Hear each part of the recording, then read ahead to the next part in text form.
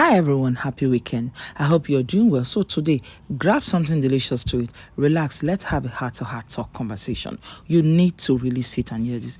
As I was watching this delicious meal being prepared, it reminded me of something I heard years ago. It wasn't really about food, it was about the people around the table. There was a young woman who had just moved to a new city. She didn't know anyone. Every morning she woke up, went to work, came back home, cooked something simple, ate alone, and went to bed. Day after day, that became her routine. One Friday evening, she was walking home after work when an elderly woman stopped her and asked, "My daughter, have you eaten today?" She smiled politely and replied, "Not yet, ma." The elderly woman said, "Come and eat with us." She was like, okay. At first, she wanted to refuse. After all, she barely knew this woman. But something about her kindness made her accept the invitation. When she entered the woman's house, the aroma of the freshly cooked food filled the air. Children were laughing. The family welcomed her as thought she had always belonged there. As they sat around the table, let's break it down to pidgin English. Everyone just they talk, they laugh, they share their story, they enjoy their meal. Nobody cared whether the plate matches or whether the food looked perfect. They all were simply grateful to be together. Halfway through the meal, the young woman can't be quiet. The elderly woman can't notice, say, why she dey quiet? She come ask her, "Are you okay?" She nodded her head, but tears come dey slowly drop down her face. She say, I didn't realize how lonely I had become until today. The room became silent. She explained that she had spent months eating alone. She had forgotten that what it felt like to eat or laugh with people while eating. She had forgotten what it felt like for someone to ask if she wanted more. The elderly woman reached out across the table, held her hands, and said something she would never forget in her life. She said, "Food fills the stomach, but love fills the soul." And that is true.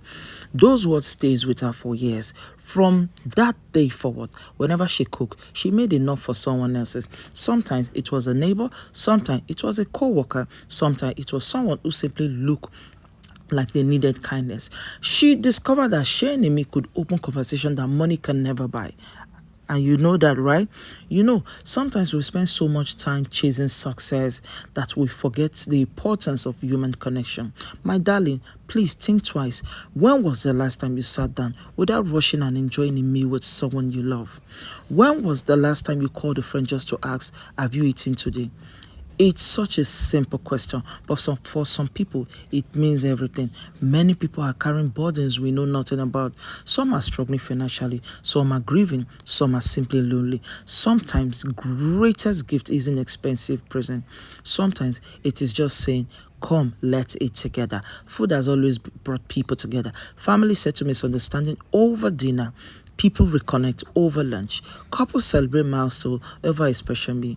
Even strangers become friends after sharing a table. That's why I believe every meal has a story.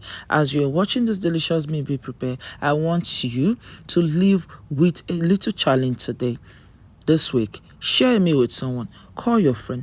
Visit a friend and invite neighbors over, or even send someone a message asking how they are doing. You never know how much small acts of kindness could mean. Life is too short to eat every meal alone. If you have the opportunity to share it, before I go, I would love to hear from you. What is one meal you will never forget, and why? Was it because of the food, or is it because people you shared it with? Leave your story in the comment. I read them and I love to hear from you. If you enjoyed today's story, don't forget to like, share, subscribe, and turn on the notification bell so you don't miss our next full story. Until next time, take good care of yourself, be kind to others, and remember, every me has a story. I love you and happy weekend. Bye for now. Until next time.